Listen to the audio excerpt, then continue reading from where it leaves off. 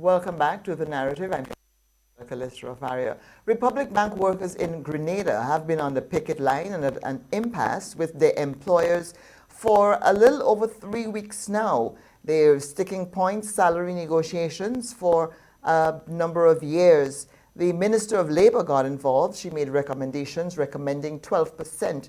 That was accepted by the union. The bank is saying no. They are claiming that the internal merit system means that a 12% recommendation plus that would see just over 19% increase to workers. The bank saying they can't afford that they're already doing 12% based on their merit system.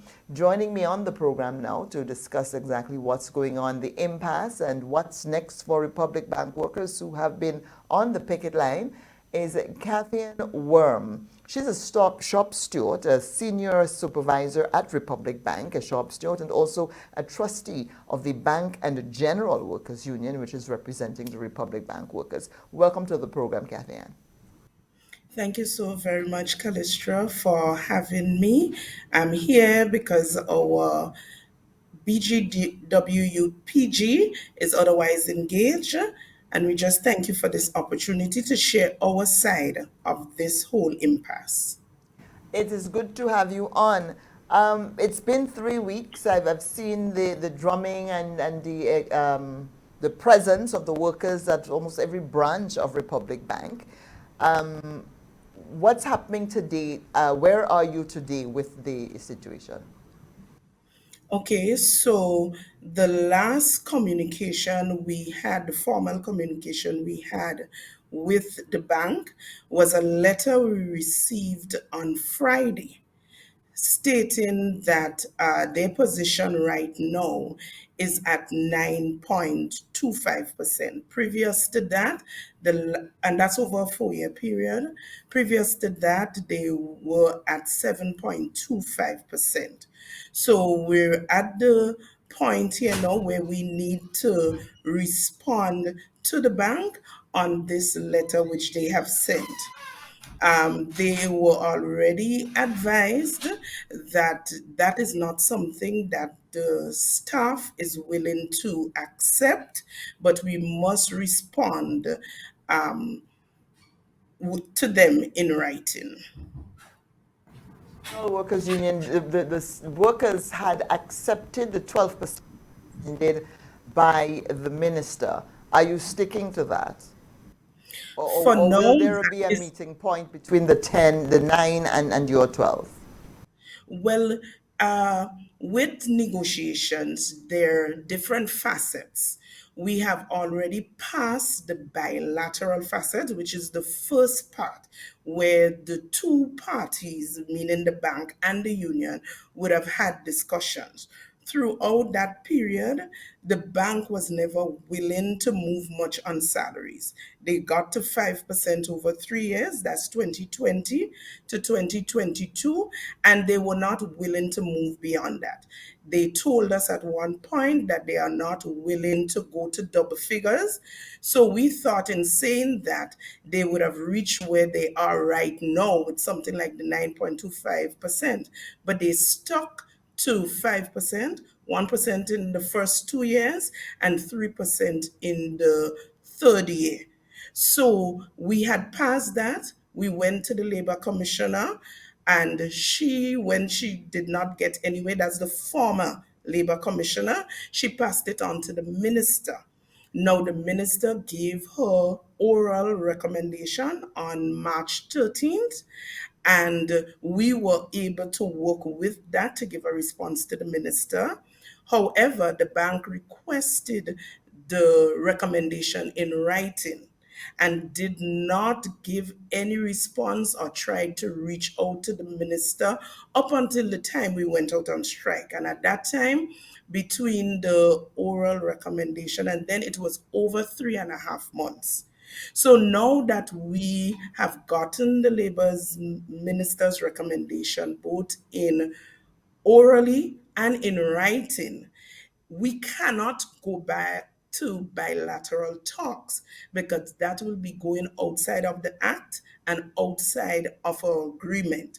It does not mean that there cannot be conversation, but it cannot be considered bilateral talks because bilateral talks include negotiating again. And perchance this doesn't work, it leaves us at a place that we may not be able to go further. So we're not entertaining bilateral talks, but if the bank has a position that we believe the staff may consider, we can always look at it, bring it to the staff, get their opinion on it, and then respond to the bank. So what's the next move for the union? You're going to inform your members that the bank has offered 9%, but you have to now respond to the 9% offer you said that the bank has made. And it seems as We if you're going to already say no brought on that this. we already brought that 9.25% to our constituents and they rejected it. So that is why now we just need to respond to the bank on what they offered. Will continue for some time, and this may reach highest level of labor dispute resolution mechanisms that we have in the country. Which is the next step is arbitration.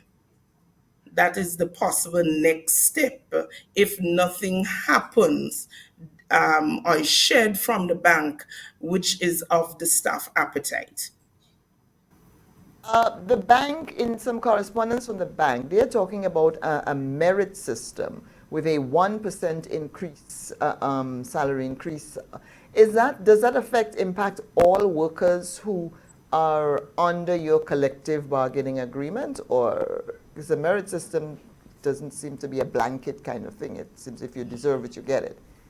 But they're saying that the merit system would push the 12% recommended, plus their system merit system would move it to what 19 point something percent. Explain that to me.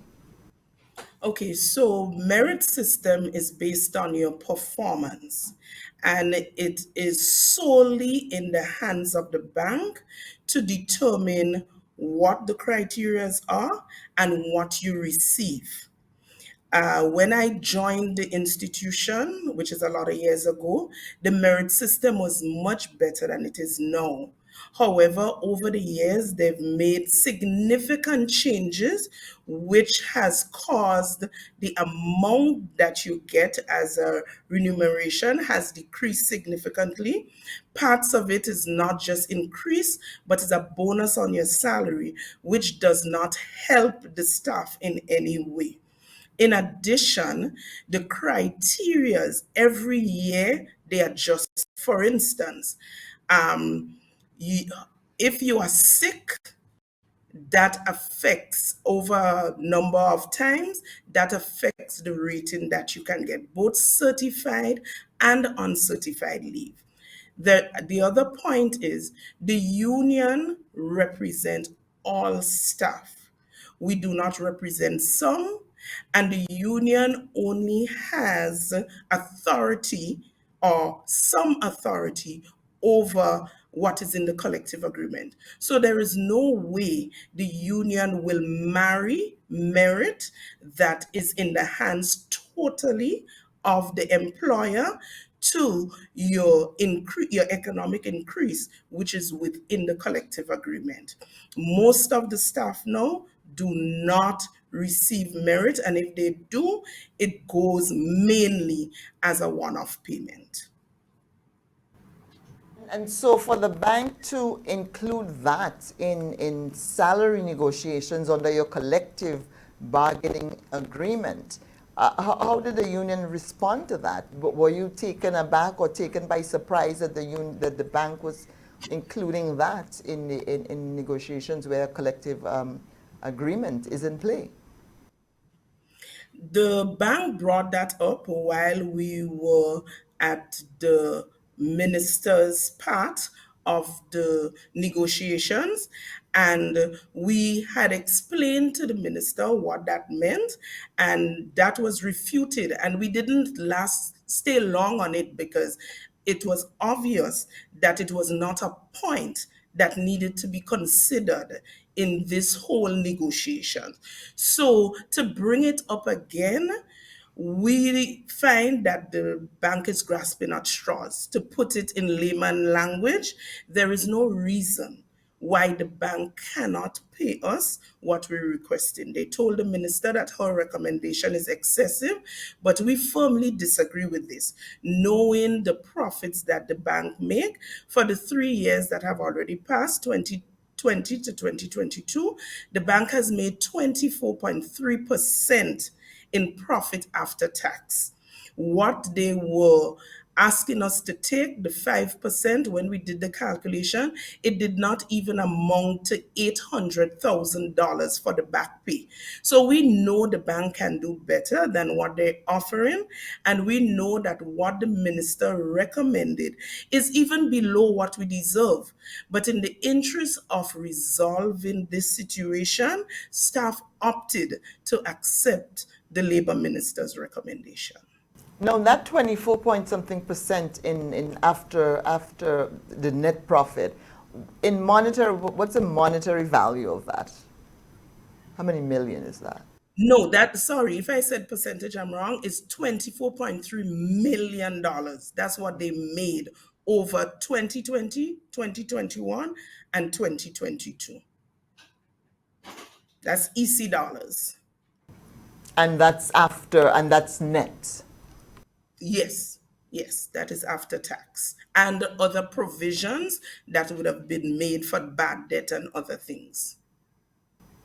They're also docking your salary at this it's line. They're docking your salary. Does that adds a whole other layer to the impasse, to the industrial dispute? Correct. And, sometimes our employers are doing things, and I believe that it's being done in order to scare and frustrate staff to come back inside so that they will be able to get the results that they want. But when your employer would do something like that, I think it angers the staff more, and they remain more resolute to what they're asking for.